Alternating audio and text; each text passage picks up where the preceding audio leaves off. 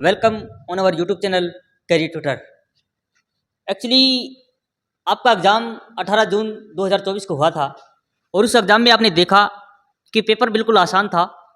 यानी कि हमने जो आपको करवाया था, मैंने इंग्लिश लिटरेचर करवाया और सुनील सर ने आपको मैथ, रीजनिंग और डीआई तीनों पोर्शन पेपर 1 के लिए करवाई।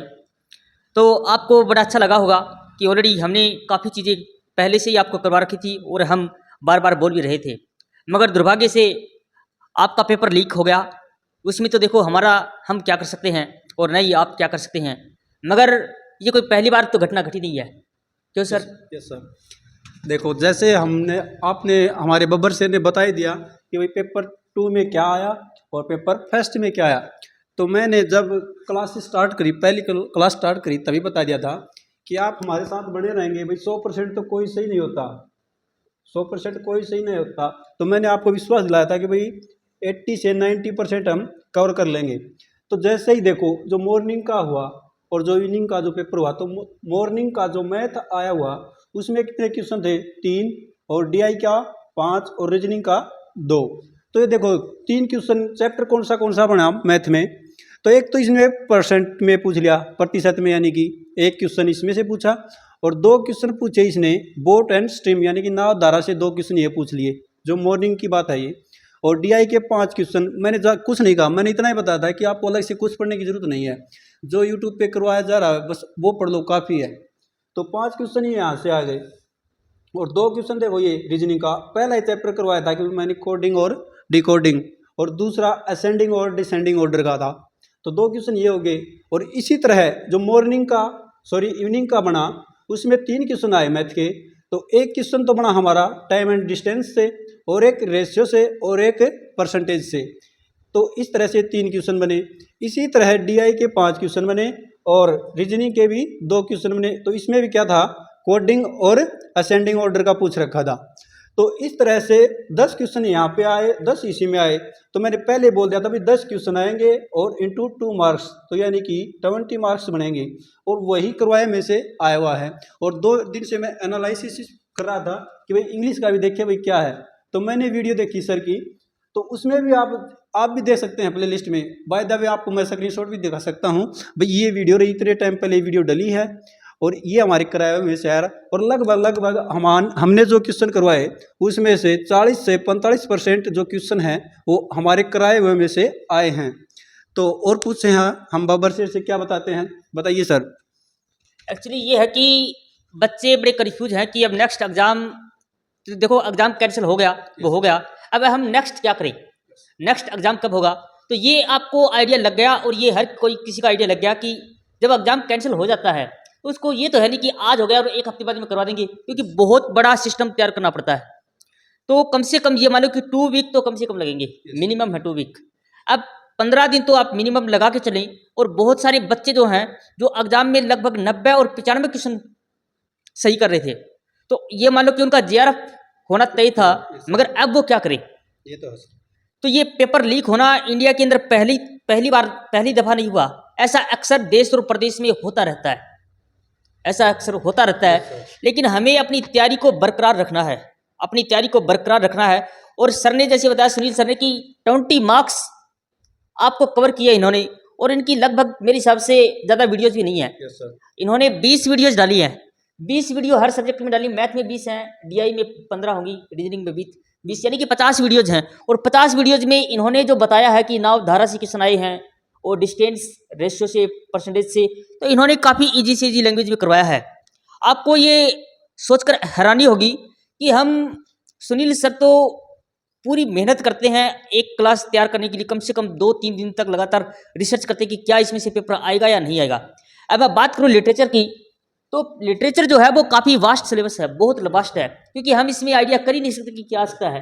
फिर भी ब्रिटिश लिटरेचर जो है ये लगभग मैं आपको बता देता हूँ, इसमें से 30 क्वेश्चन आए हुए हैं ब्रिटिश लिटरेचर से।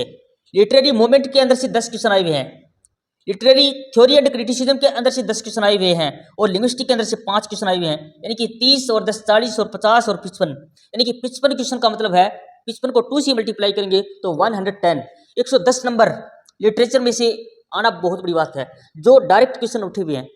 तो हम तो यही चाहते हैं कि एग्ज़ाम जब भी हो, मगर आप अपनी तैयारी को बरकरार रखें, कंटिन्यू रखें, हौसला मत हारें। क्योंकि माना कि रात अंधेरी है, बस दिन होने की देरी है। माना कि रात अंधेरी है, बस दिन होने की देरी है।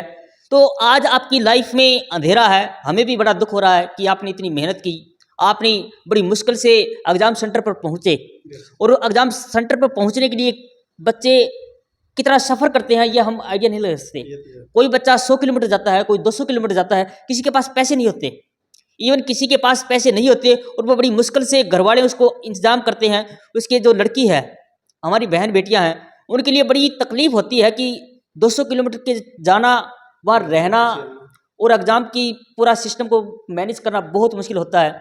मगर ये ज़िंदगी है, इसमें तकलीफ़ें आएंगी और यही जो डिफ़िकल्टीज़ हैं, प्रॉब्लम्स हैं हमारी लाइफ में, यही हमें उस सक्सेस की सफलता की ओर लेके जाएंगी।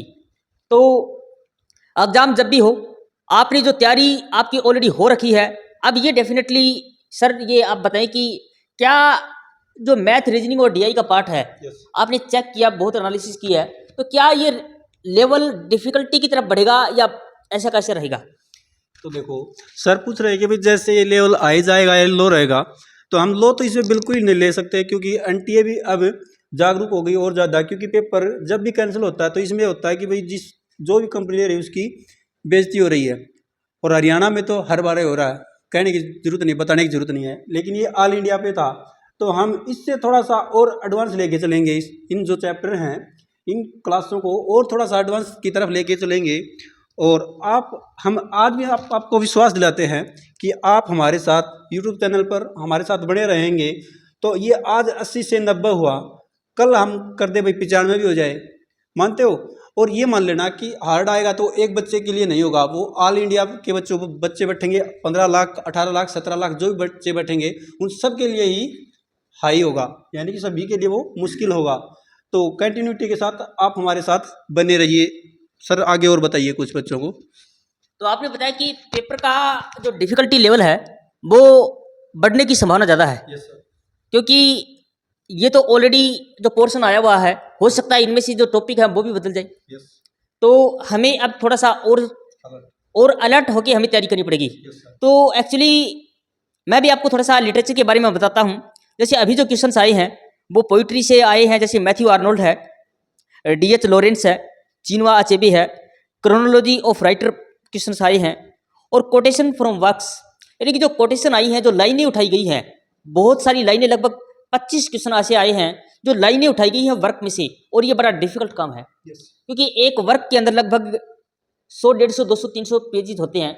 एक जो पोइम होती है उसके अंदर लगभग 50 से लेकर के आगे 100, 200 तक लाइनें हैं। तो इसमें से किसी एक लाइन को, सिंगल लाइन को उठाना, उसका मीनिंग निकालना काफ़ी डिफिकल्ट है। बट क्रोनोलॉजी ऑफ राइटर और क्रोनोलॉजी जो है, इसके ऊपर से काफ़ी डिफिकल्ट क्वेश्चन बनाए गए हैं। और एनटीए ऐसे क्वेश्चन क्यों डालता है, इसकी वजह है कि जो कंपटीशन है उसको और मजबूत करना। तो क्रोनोलॉजी में से क्वेश्चन पूछे जाते हैं। Quotation from works, ST college में से क्वेश्चन आया है। कोकनी स्कूल ऑफ पोइट्री यानी कि जॉन किट्स से क्वेश्चन आए हैं। ऑस्ट्रेलियन नॉलेजिस्ट से आए हैं। दलित विमेन राइटर्स और पैसेज, लास्ट वाला क्वेश्चन जो है 10 नंबर आए हुए हैं। 146 से लेकर के 150 तक क्वेश्चन, जो क्वेश्चन की सीरीज है 146 से 150, तो इसमें 5 क्वेश्चन बनते हैं और ये 10 मार्क्स बनते हैं। तो अगर आपकी रीडिंग ठीक ठाक है इंग्लिश में, तो रीडिंग अगर आपकी ठीक नहीं है तो उसको थोड़ा सा ठीक करें। तो ये क्वेश्चन आए हुए हैं, तो हम ये लगा के चल सकते हैं कि अब की बार जो है वो कट ऑफ भी डाउन जा सकती है, क्योंकि पेपर का डिफिकल्टी लेवल हाई होगा तो कट ऑफ डाउन जाएगी। तो जैसे एक शेर मुझे हमेशा याद आता है कि तो उठ और चल तेरे वजूद की समय को भी तलाश है, तो उठ और चल तेरे वजूद की समय को भी तलाश है। हार कर मत बैठ ए मंजिल के मुसाफिर, मुझे तेरे पहुंचने की आस है। हार कर मत बैठ ए मंजिल के मुसाफिर, मुझे तेरे पहुंचने की आस है। तो आप हार के ना बैठें, आप जैसे भी जिस हाल में हैं आपको लड़ना है और हम आपके साथ हैं। देखो सर ने बता दिया, तो ये अच्छी बात है कि भाई जैसे मैंने भी चेक किया कि भाई सर ने जो वीडियो कर रखी उसमें क्या है, तो मैंने पहले बता दिया है और हमारे सर ने बता दिया। तो कंटिन्यूटी के साथ जो हमारी जो क्लास स्टार्ट हो रही हैं नेक्स्ट एग्ज़ाम की तरफ बढ़ने की तरफ, वो मंडे से स्टार्ट कर रहे हैं। और जो बच्चे हमारी वीडियो देख के गए थे उनको पूछ भी लेना और उनको पता भी है। और वो बोलते हैं कि भाई ज़्यादा गाने से तो गार होती है, देसी भाषा में बोलते हैं अपने।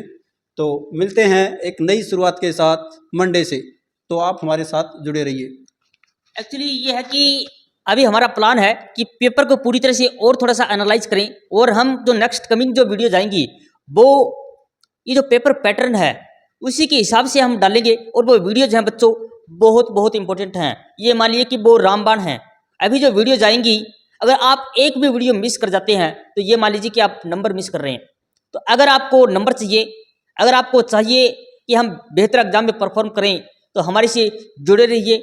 अगर चैनल पे नए हैं तो चैनल को सब्सक्राइब कीजिए, वीडियो को लाइक कीजिए। अगर आपको हमारी मेहनत पसंद आई तो आप एक बेल आइकन है उसको दबाएं, ताकि आने वाली हर वीडियो की अपडेट आपको मिलते रहें। तो जय हिंद फ्रेंड, मिलते हैं नेक्स्ट वीडियो में। Thank you.